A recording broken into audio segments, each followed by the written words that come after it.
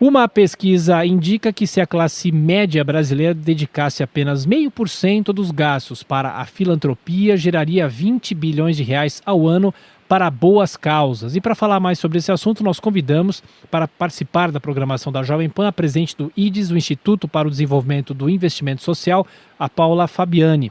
Paula, como vai? Mais uma vez, muito obrigado pela atenção do IDES com a Jovem Pan. Olá, Tiago, é um prazer estar aqui falando com vocês, ainda mais com esse tema tão bacana, né, que é a cultura de doação. Isso. Qual que é o potencial dessa classe média que nós estamos falando? De que maneira que vocês conseguiram chegar a essa informação? Bom, vamos lá. O estudo, ele trata do potencial de doação da classe média no mundo. Então, ele olha para esse crescimento da classe média, principalmente nos países emergentes, né? A gente está falando aí de Ásia e outros países também semelhantes ao Brasil. E é esperado que a classe média atinja 2,4 bilhões de pessoas em 2030. Tá? E a gente está falando aí de um salto de 13% da população mundial para 30% da população mundial em só 12 anos. E o que é esperado é que os gastos dessa classe média vão praticamente dobrar do que hoje a gente enxerga como gasto da classe média. A partir daí que a gente olhou para a situação do Brasil e olhamos para esse 0,5% e chegamos nos 20 bilhões. Mas no mundo, a gente está falando de 1 trilhão de reais, tá? De potencial de doação da classe média no mundo para causas sociais, o que é algo que pode realmente transformar a vida de muita gente. E quais são as barreiras aqui no país para doação ou no mundo para doação? Porque, claro, a gente tem a questão da crise, que as pessoas têm problemas financeiros, as pessoas às vezes não conseguem nem pagar as próprias contas, muito menos acabar ajudando, acabar fazendo a filantropia. Mas não é só isso. Quais são as outras barreiras para doação?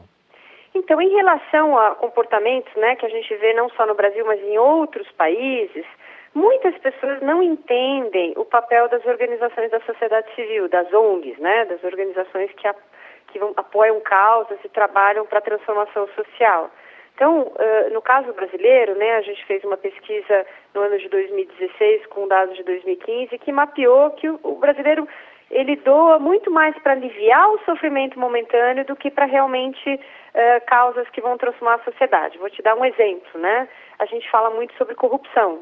Quantas pessoas que você conhece que doam para organizações que combatem a corrupção? O brasileiro não faz essa ligação, né, de apoiar uma ONG para alguma causa ou algo que ele quer ver transformado na sociedade. É mais fácil ele doar para uma tragédia ou para causas que são onde você vê o sofrimento das pessoas com saúde ou mesmo as crianças, né, do que para algo que ele quer realmente ver transformado. Então essa é uma primeira barreira. Essa falta de entendimento que as organizações podem fazer transformação social acaba sendo um inibidor da doação. No caso brasileiro, a gente tem duas outras questões importantes, que é a falta de confiança nas instituições, né? E aí eu não estou falando só do terceiro setor e das organizações sociais, mas é uma falta de confiança geral nas nossas instituições. E um terceiro ponto que é muito importante, que aí é bem característico do Brasil, é que as pessoas não falam que doam, né? A pesquisa identificou, dentre os respondentes, 88% afirmaram que as pessoas não devem falar que doam. Então aí a gente já vê uma grande barreira. Se a gente não fala do assunto, como é que a gente aumenta a doação no país? Então essas são barreiras, né, que a gente identificou e que quer atacar com uma grande campanha por uma cultura de doação que a gente deve lançar aí no final do ano, né, Wid? Entendi. Agora, Paula, é interessante o que você fala. A gente viu há alguns anos, 2 anos, a tragédia de Mariana, ou tem a tragédia...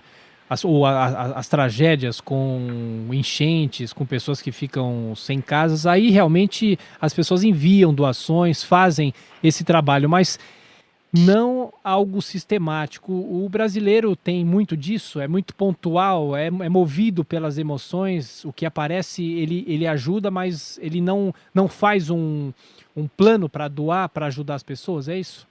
Então, é muito emocional mesmo. Então, como você mencionou, né, o desastre de Mariana levantou uma quantidade de recursos impressionante e, mais do que isso, bens, né?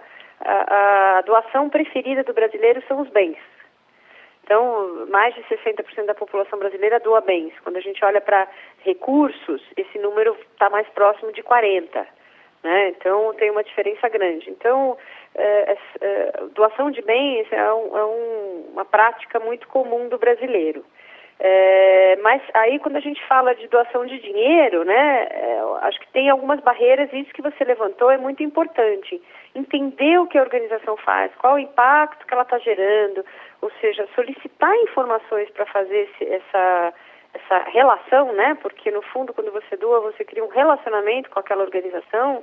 É algo muito recomendável e que muitas pessoas não fazem. Elas doam para uma organização que, sei lá, um amigo conhece de uma forma casuística, né? Então doa uma vez, mas não pratica a doação recorrente. Porém, quando a gente olha para o lado das ONGs, para que elas executem suas atividades de forma realmente consistente e sustentável, elas precisam ter recursos de forma recorrente e sustentável, né? Para que ela tenha os recursos necessários para suas atividades. Então a gente tem aí um paradoxo que precisa ser vencido, né? Que as pessoas entendam que para elas verem transformação nas causas que elas escolhem, elas precisam também se engajar de uma forma no longo prazo e ajudar essas organizações também com recursos, porque tem que pagar os salários das pessoas para poder entregar os produtos e serviços que uma organização entrega. Ela precisa ter os recursos necessários. Então, essa relação, ela precisa realmente, a gente tem tentado promover este comportamento, né? Entendi. Do doador recorrente, aquele que se engaja e realmente se compromete com uma causa ou uma organização. E, Paula, e uma outra coisa, as pessoas, muitas que a gente conversa, às vezes elas dizem que desconfiam de entidades como, enfim, que são não governamentais, e para se convencer as pessoas ou para tentar esclarecer as pessoas que nem todas são inidôneas, de qualquer forma é preciso convencer as pessoas e explicar para as pessoas que existem entidades sérias, não é? Sim, mas nós temos entidades que são uma prova, né, de que já tem uma trajetória que comprova que tem um impacto, né, e tem organizações que captam bastante recursos, como um GRAAC, e você tem outras organizações que também são importantes, como o Instituto Ayrton Senna, uma ABRINC, organizações que estão aí já há muitos anos e que fazem um trabalho muito importante e prestam contas de forma recorrente para os seus doadores. Muitas vezes a gente, quando vai fazer um investimento, né, financeiro, a gente olha para vai visitar vários bancos, procura investir, né, se informa para fazer esse investimento, escolher o melhor mecanismo e qual, né, a melhor maneira de ter o melhor retorno. As pessoas têm que fazer a mesma coisa quando elas vão colocar recursos numa ONG também, ir lá visitar, conhecer o trabalho que está sendo realizado, conhecer os gestores, ou seja, criar uma relação mais próxima para poder, né, também solicitar essa prestação de contas. E do lado das organizações, o IDES, né, tem feito um trabalho também para fortalecer as organizações, dando capacitações e ajudar essas organizações a serem transparentes na sua comunicação.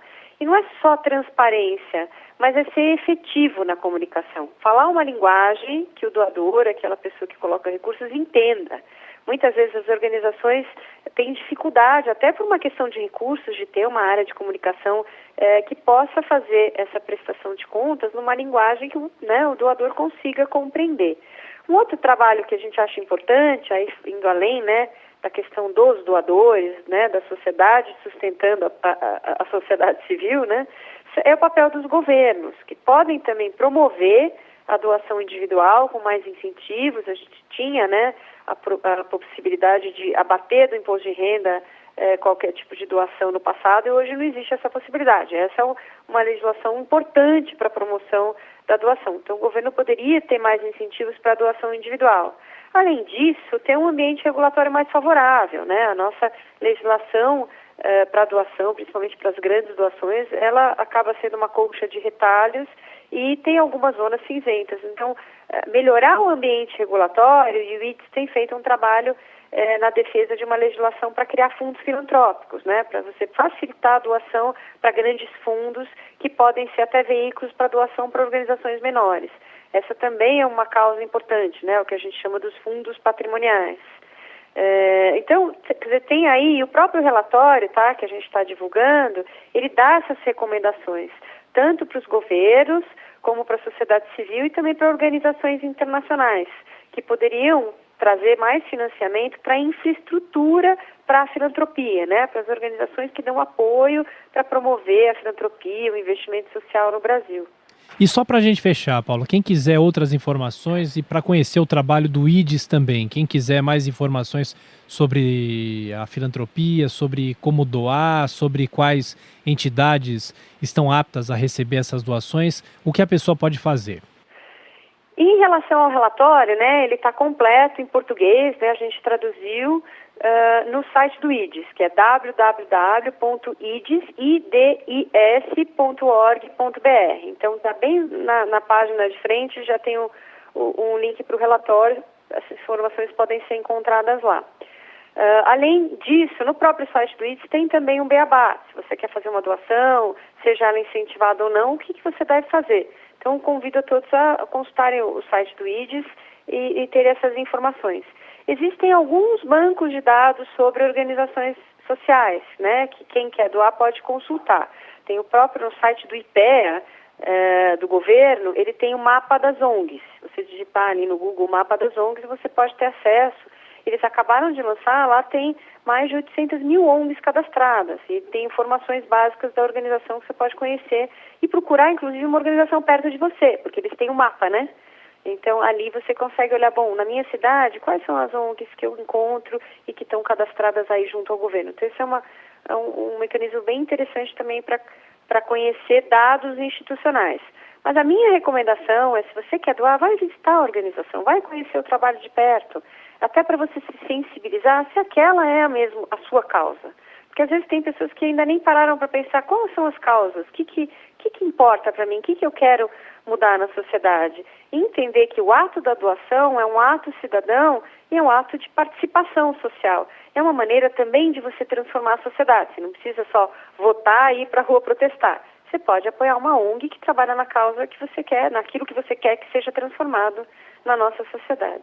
Perfeito. Paula Fabiani, presidente do IDES, o Instituto para o Desenvolvimento do Investimento Social. Mais uma vez, muito obrigado pela atenção, pela gentileza com os ouvintes da Jovem Pan. Até uma próxima vez. Eu que agradeço, né? Um abraço a todos. Eu fico extremamente feliz quando a mídia trabalha esse tema que é tão importante para o desenvolvimento do nosso Brasil.